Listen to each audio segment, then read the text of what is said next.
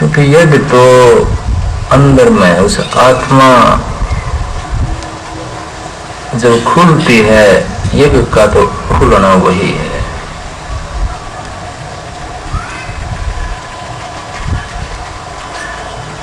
श्री अरविंद कहते हैं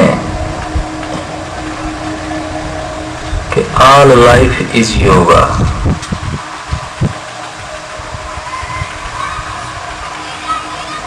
कि सारा जीवन, सारा कर्म ही योग है। जो भी आप काम करते हैं उसके साथ योग करते हैं, और उस काम के अंदर,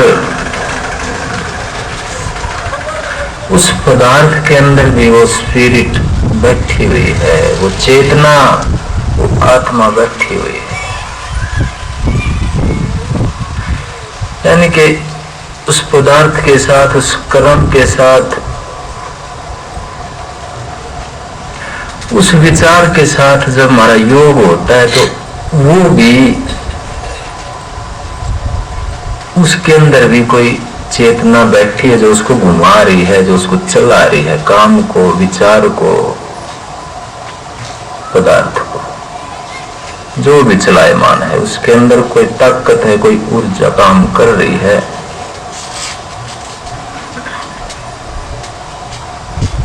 और वो स्पिरिट है, वही ज्ञान है, वही घुमाती है। तो उसके साथ योग होता है, हमारा मेल होता है। तो श्री अरविंद कहते हैं कि सारा जीवन ही योग है, और योग क्या है? भगवान है।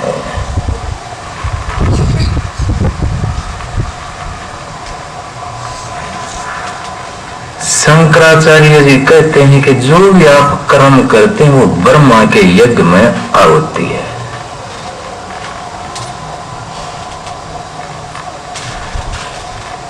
उस कर्म को अगर सच्चाई से किया जाए तो वो उस यज्ञ में आहुति है। और जितने सच्चे मन से कर्म किया जाता है, उतने ही सच्चे मन से उस ब्रह्मा के यज्ञ में हमारे कर्म आहुति है।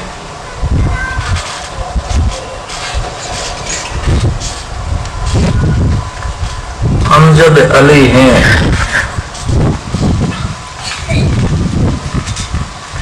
सितार वादक हैं या क्या हैं, वो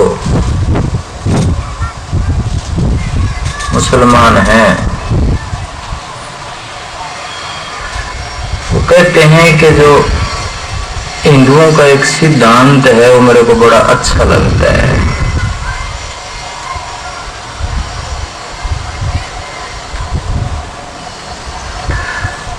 वो क्या कहते हैं कि हिंदुओं में एक बात कही गई है कि आत्मा में ही परमात्मा है।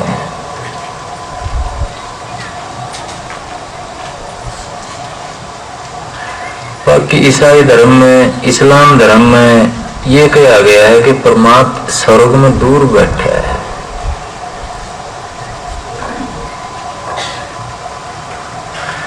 जबकि ईसा मसीह खुद कह के गए हैं कि the kingdom of God is with in you.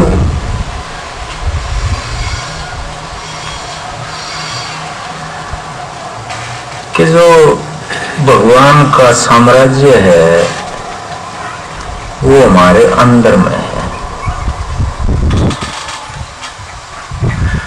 उसको बाहर ढूंढने की जरूरत नहीं है। लेकिन उसके बाद जो ईसाई धर्म आया, क्योंकि अगर हम परमात्मा को दूर बताएंगे तो बिचौलिए की कीमत हो जाएगी।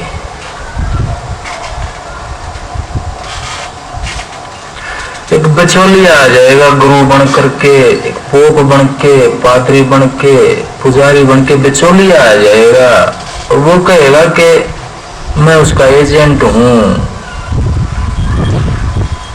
मेरे को आप धन चढ़ाइए, मेरी सेवा कीजिए, मैं परमात्मा से मिलाऊंगा आपको।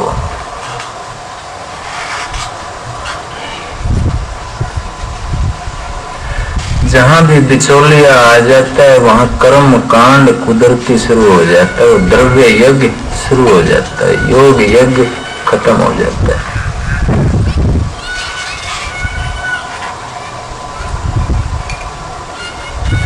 तो हम जगह क्या कहते हैं?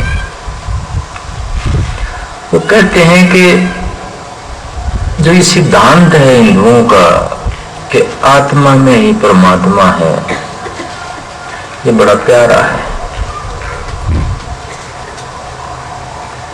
इसमें सारे धर्मों का संदेश, सारे धर्मों का निचोड़ अपने आप आ जाता है।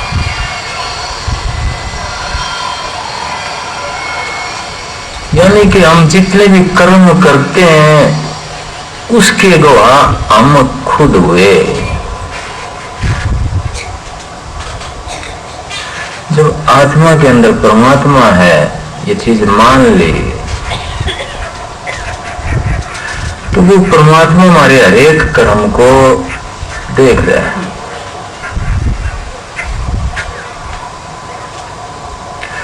अगर इस बात को व्यवहारिक स्तर पर उतार लिया जाए तो फिर कोई समस्या नहीं, ना किसी बचौलिए की जरूरत है, क्योंकि परमात्मा खुद हमारे अंतर में। सूफी धर्म सारा ये बोलता है, ईसाइयों के, यहूदियों के, जितने भी रहस्यवादी हुए हैं, मिस्टिक हुए हैं, सभी ने बोला है कि हमारे अंदर में है भगवान, और उसमें बिचौलिए की जरूरत ही कौन है कहीं।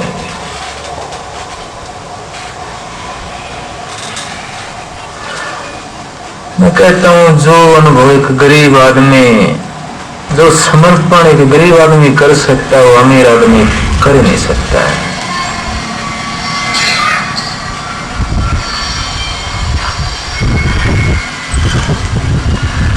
गरीब आदमी के पास खोने के लिए कुछ नहीं है, वो समर्पण कर देगा अपना।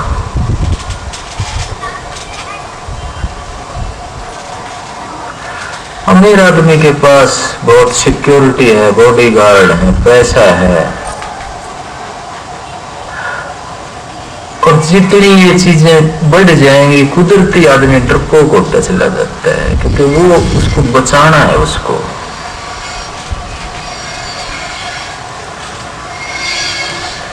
तो वो पूरा समर्पण नहीं कर सकता।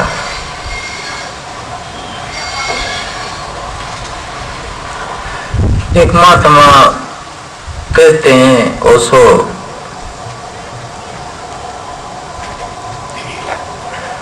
कि धर्म का जो भविष्य है वो अमीर देशों में है, भारत जैसे गरीब देश में नहीं है।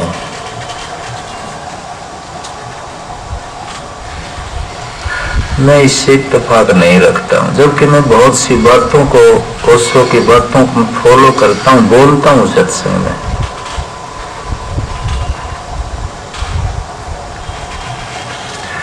वो कहते हैं कि भगवान तो अमीर को मिलेगा, गरीब को नहीं मिलता।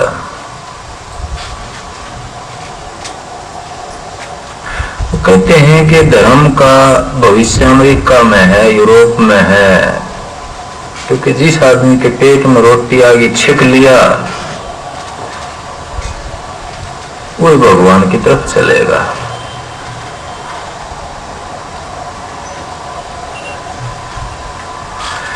मैं कहता हूं जिसके पेट में रोटी नहीं है, जिसको पल पल दुखों का सामना करना पड़ता है, उसको जब कोई भी नहीं दिखता तो परमात्मा दिखता है। उसका जो समर्पण हो सकता है वो दूसरे आदमी का नहीं हो सकता।